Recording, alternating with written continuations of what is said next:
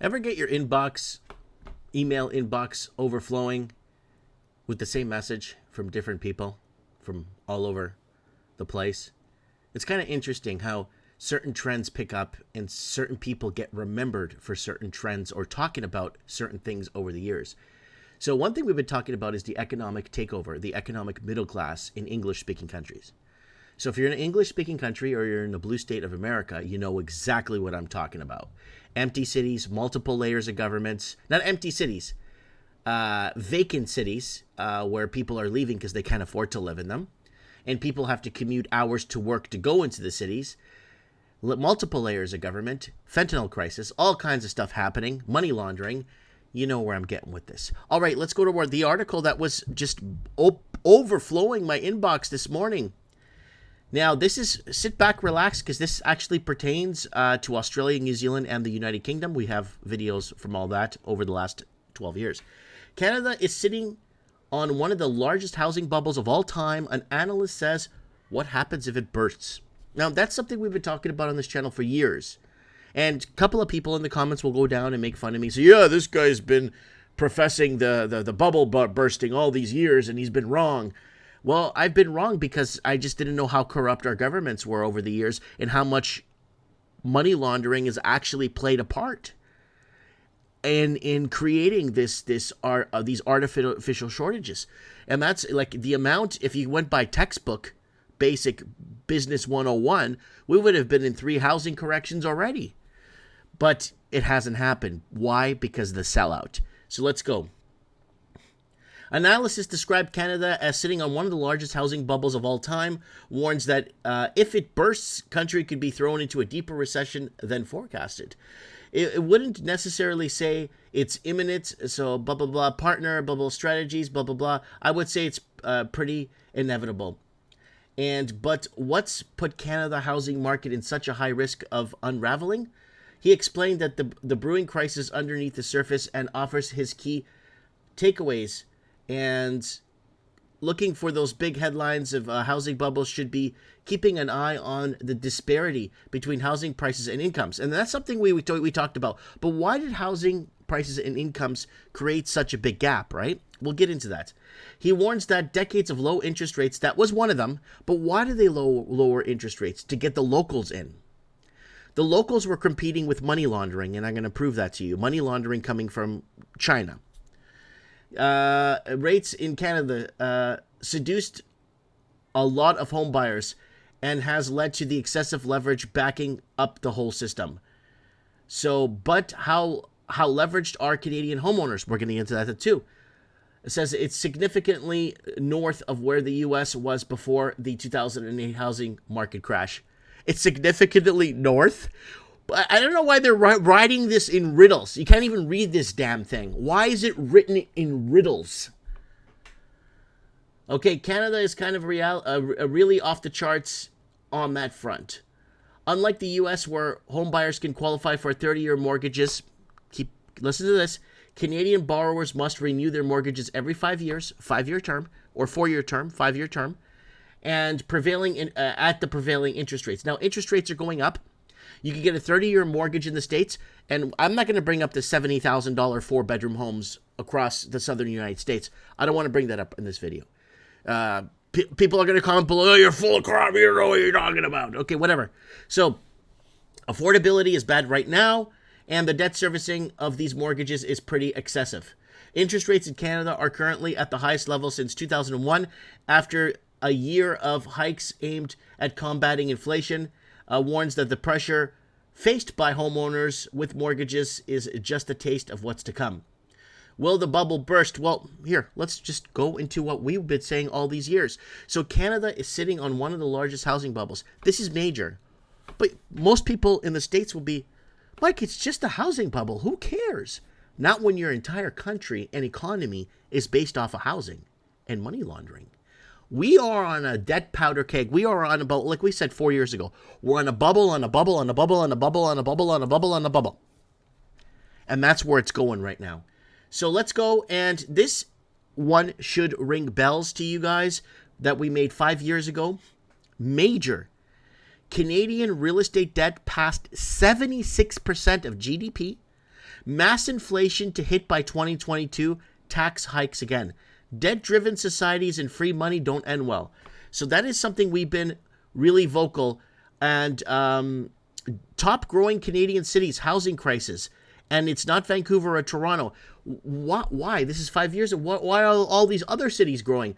Because people in those cities were being hit by money laundering so hard that they couldn't compete. And with the bidding wars, right? Bidding wars, yeah. And they would have to move to other cities and towns. I am one of those people. I left Vancouver because I didn't want to pay $2.6 million for a house. And I bought the same, pretty much a bigger house with more land in a smaller town for $260,000. Mind you, that house is quadrupled in price now. And that's the scary part, right? And double trouble in Canada, and Canadian housing 92% overvalued. For years and years, we've been warning people. This is just Canadian housing. Type in Australian housing in New Zealand. This has been happening. Canadian real estate is in serious trouble. Wages nowhere near in line of housing affordability. So let's keep going. Now, this goes back, again, circle back on our flow chart, on our housing flow chart. Canada would be in a recession without money laundering, and most of it's coming from mainland China. And the amount of money laundered reported underestimated the total of 200, this is from 2015, 200 billion, and this is by province. So if you're in BC, Alberta, prairies, wherever you are across Canada, money laundering has hit you hard. But this is only until 2015. I believe we're close to the $800 billion mark laundered since 2010. When Vancouver put the Vancouver model in to allow foreigners to bring in money and not have to actually, no questions asked, no debates, no nothing, bring in your money, you're good to go, right? So unfortunately, that was a big thing, the Vancouver model, and it was only gauged in Vancouver though. And that's why Vancouver became a big hotspot in 2013, 2014 for money laundering, right? And what do we say about debt? Well, Canadians are drowning in debt to maintain a basic middle-class lifestyle 6 years ago. Canadian housing debt is growing, using homes as ATM machines, using debt to buy food 3 years ago. Canadians taking on too much debt, the mother of all debt loads, credit card debt going nuts 4 years ago. Canadians pile on more debt for food and gas and electricity. Watch when they raise rates 3 years ago. Canadian mortgage debt explodes to the point of no return. Mortgage defaults by 2022 with rate hikes 3 years ago. But unfortunately, Canadian cities where people are racking up the most debt, Canadians taking on too much debt 5 years ago. My opinion, Canadians are taking on way too much debt than they can afford to pay back. People are making a mistake in borrowing their way out of debt. It never works unless you're an insider, right? So it keeps going on and on. Now, a lot of this money was through... Now, America's starting to surface with this fentanyl problem. We warned you, Americans, about Amerifornia coming. Amerifornia is very real. Wagons east. I told you guys. So how Chinese gangs are laundering drug money through Vancouver real estate. And this is mainstream media reporting this. And basically, you see all the provinces, the province in China where it's coming out of, the Chinese Communist Party is behind the whole thing, of course. Are you going to have factories producing fentanyl in China and in a communist country and not get away with it? Yeah, right. So there it is right there. I wanted to put this part out there because a lot of it has to do with the youth, the death of the youth dying across the streets of Canada, and being laid out on the streets of Canada in emergency, picking them up, and entire families getting wiped out by this fentanyl crisis. And it's been happening for many years. And the profits of the fentanyl, of course, get re-laundered into Canadian real estate. And it's happening in Australia, New Zealand, and the UK, and the blue states of America, too. So Mexico is bringing in the fentanyl, and the factories were put in by Chinese Communist Party in Mexico. So keep that in mind, too. So keep that in mind. So what do we talk about that? Here you go. Vacant homes will force more people into homelessness. Economy is too dependent on foreign investing. 25,000 vacant homes in Vancouver causing artificial shortages and homeowners wealthy on paper. And Vancouver, okay, hold on. It's going to tie in now. Vancouver vacant home tax 2%. Rest in peace, Seattle and Toronto. You're next. 6 years ago. So what are we talking about? Oh, look at this one with the tent. 2017, a big house. 2020, a tent. Dehumanization via vacant homes. Low interest rates. Tech jobs to fix the housing? I don't think so. 6 years ago. Wow. Major issues by 2020. These projections will be, people will be running out of tents. Wow. That's incredible. Wow. Okay, anyways, so Vancouver vacant home tax, 2%, rest in peace, Seattle. So there it is. Foreign investors skipping Vancouver as interest in Seattle real estate spikes. And why? Chinese to take over Seattle housing market. Amerifornia is coming. Vancouver foreign buyers tax. So they brought in the foreign buyers tax. And what happened? It destroyed Toronto, and it destroyed Toronto, and it destroyed other cities across Canada once they put in. Chinese housing wave tsunami to hit Toronto and Seattle as Vancouver implements foreign buyers tax. Investors are fleeing Toronto and Seattle to destroy the middle class there. So fleeing to Toronto and Seattle. Wow, we really covered this.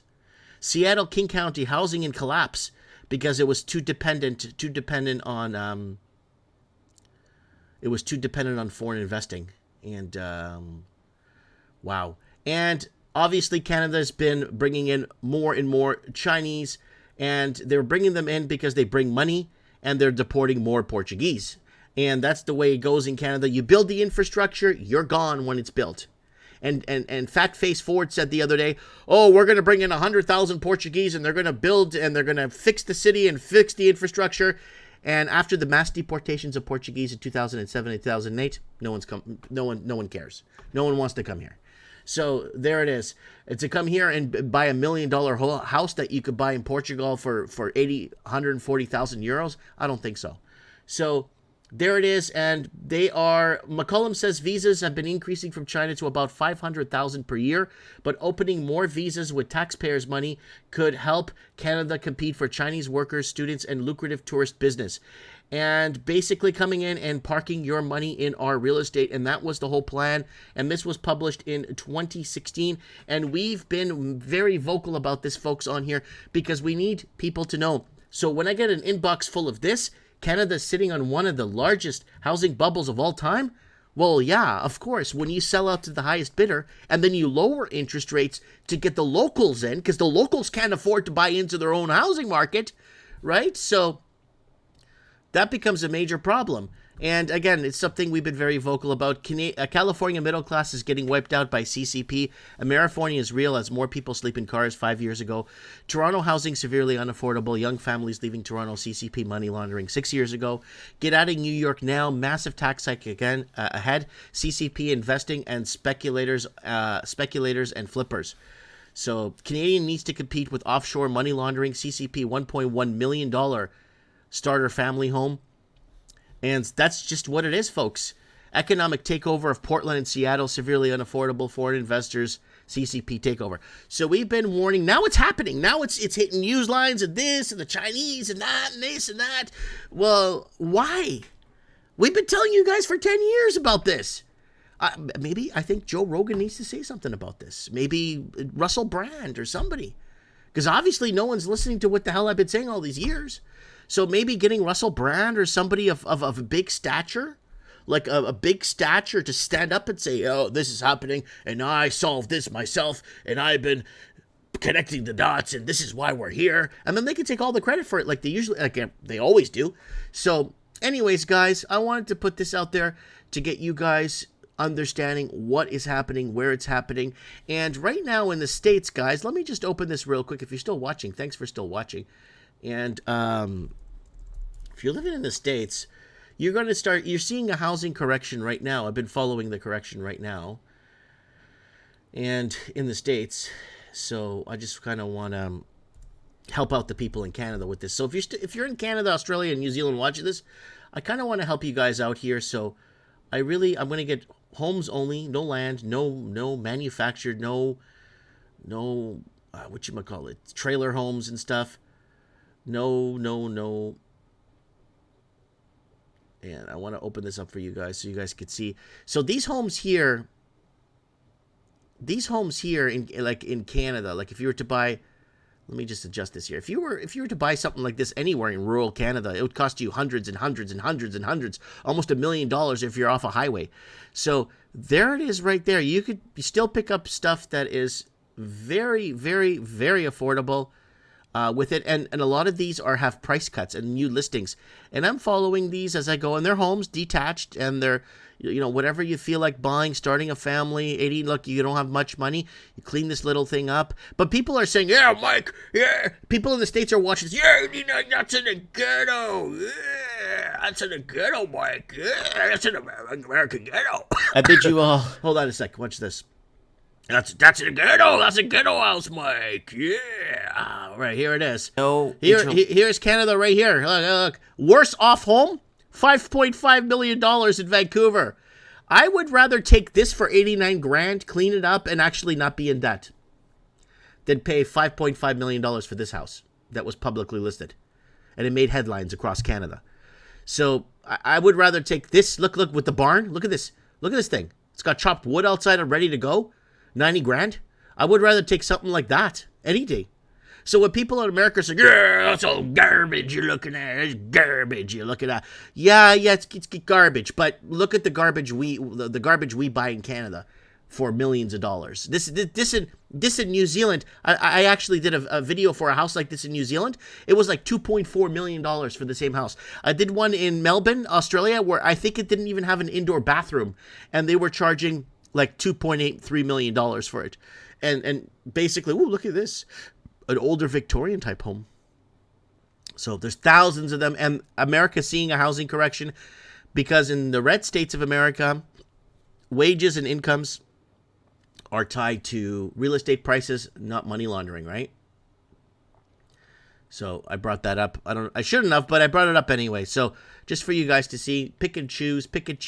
Oh, what are you going to do for work out there? Okay, $89,000 on a 30-year mortgage. And you put down $3,000, you're probably looking at $140 bucks a month, $200 a month, where people in Canada are paying $200-300 a month for the internet. And because we have 2 internet companies in Canada, we can't really pick and get a better deal. And the same thing with electricity is fully federalized. Everything is federalized in Canada. They're probably paying $40 a month for electricity there. I'm paying $170 a month for electricity. So when people say, what are you going to do for work down there? Trust me, you there's a will, there's a way. When you have $190, $200 a month in overhead to pay, you'll find a way to make that $200 a month. So anyway, ooh, this one's got a nice lawn, nice pillars. Yeah, 130 grand. How much would that be in Canada if you were to buy that kind of house? Let's go back here. Like, look at these housing ripoffs. Look, $2.29 million. Where was this, in New Zealand? Hold on, let me see if I could fast forward. There it is right there. Here, let me fast forward. I'm in my store. Look, modest 3-bedroom bungalow, 1,000, sold in auction for $2.29 million, attracting 100 bids. CCP! Right there, 100 bids from 10 active buyers. So they bought that house right there. Look at that house right there. $2.29 million. CCP! So you go here. I can find you the same house, same idea. Here it is right there. 129 grand. Here, I'll get you a bigger one for 40 grand. Here. So, yeah. So people don't understand the hurt. People don't understand. In stateside, they don't get what they're giving up when they're giving up their guns. Anyways, I'm talking for 18 minutes here. I'll let you guys go. I'll see you Saturday night on Mike in the Night. Go over to Rumble so you can find my uncensored stuff. CCP! Mike Martin's here. I have spoken.